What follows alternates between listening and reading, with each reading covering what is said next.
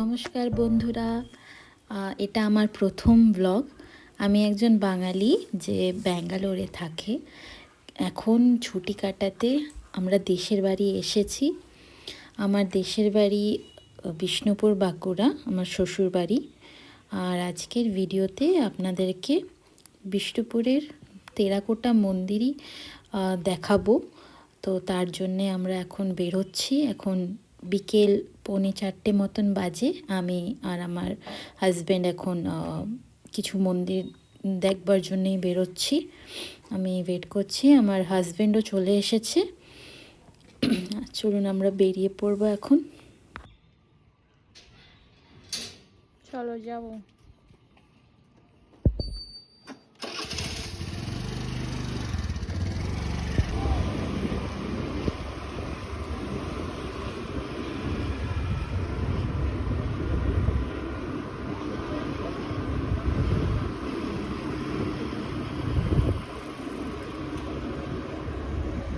প্রথমেই আমরা বেরিয়ে পড়েছি জোরবাংলুর উদ্দেশ্যে।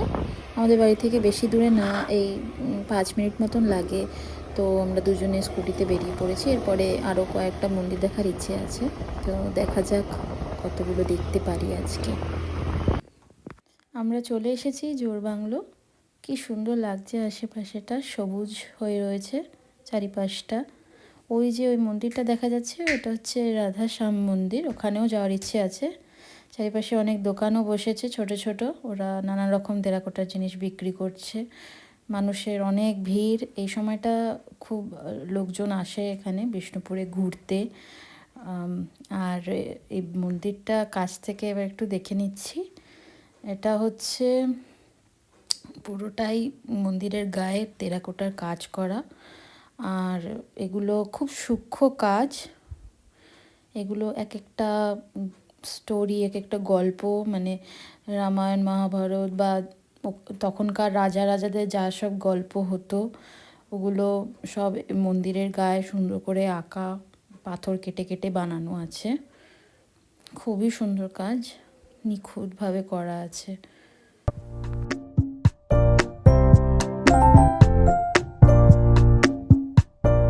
এই যে এই দিকটা দেখতে পাচ্ছেন, এর পেছনেই হচ্ছে দুর্গাপুজোর সময় আরেকটা দুর্দান্ত ব্যাপার হয়।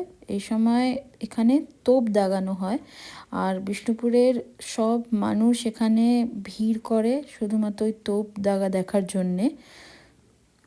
কোনো সময় আবার দুর্গাপুজোয় বিষ্ণুপুর আসলে তখন আপনাদের সেইটাও দেখাবো।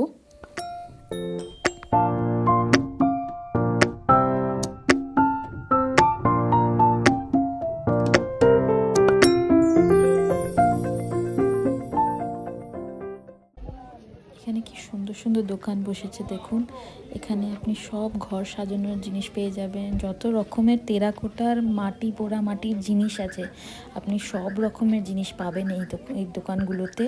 মানে ছোট ছোট জিনিস যেগুলো মানে আর কোথাও পাওয়া যাবে না। যেমন এই পোড়ামাটির শঙ্খ, ডোকরা আছে, তারপরে কাঠের জিনিস আছে, হাতা, খুন্তি, মানে ছোটোখাটো মেলা মতন বসেছে আর কি।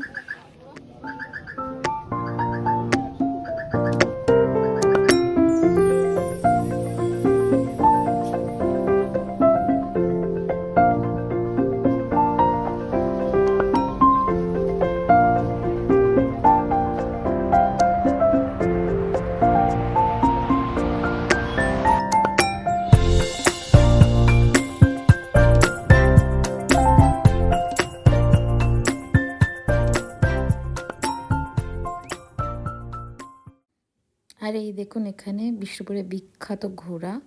এটা অবশ্য পোড়ামাটিরই ঘোড়া। আসলে এখানকার যারা পুরনো লোক, তারা এই ঘোড়াকে একজন গৃহদেবতার মতন পুজো করে, তাই এখানকার ঘোড়া খুবই বিখ্যাত।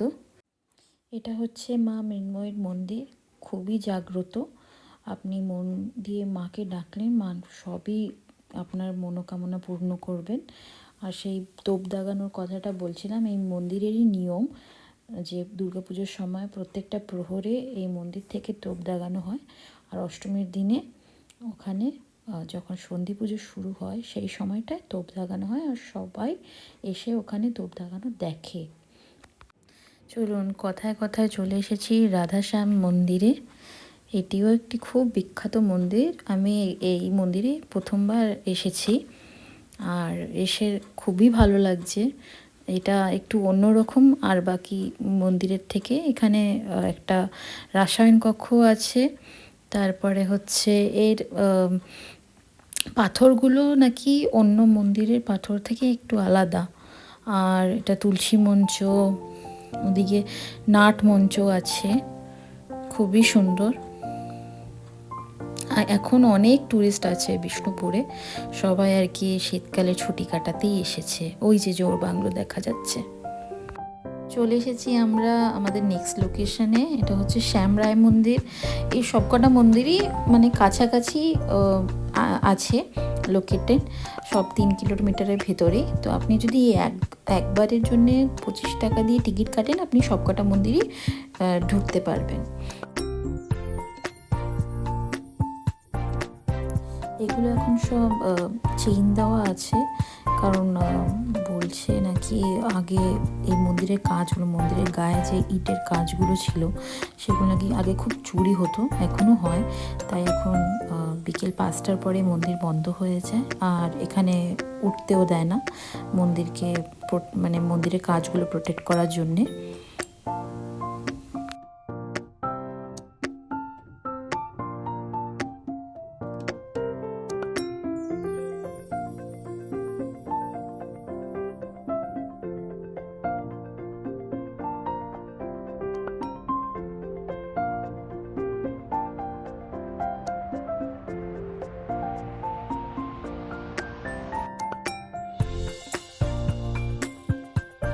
এটা হচ্ছে দলমাদুল কামান, আর এখানে পাশেই হচ্ছে ছিন্নমস্তা মন্দির।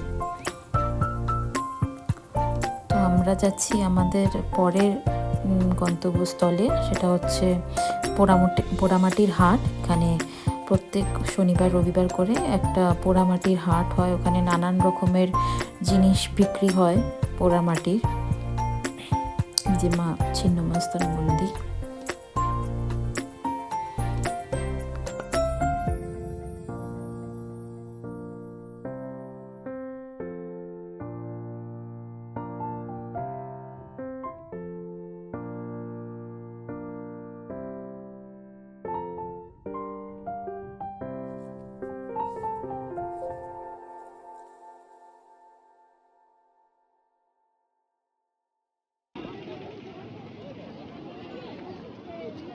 এটা হচ্ছে পোড়ামাটির হাট।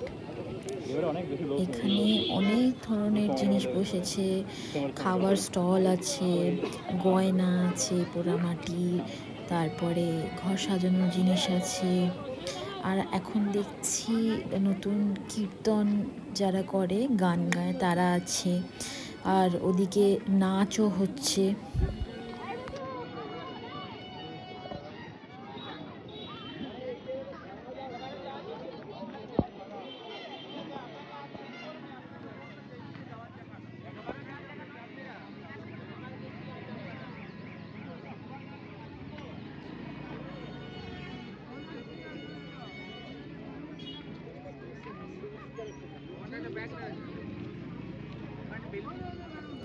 চলুন ওই দিকটা একটু গিয়ে দেখি আরও কি আছে।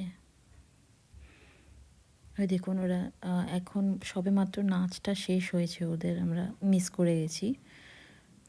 দূরে ওটা আরও একটা মন্দির আছে, কিন্তু অত দূরে আর যাব না। ভাবছি পোড়ামাটির হাটটা একটু ঘুরে দেখব কোথায় কি আছে, আর আপনাদেরকেও দেখাই। চলুন।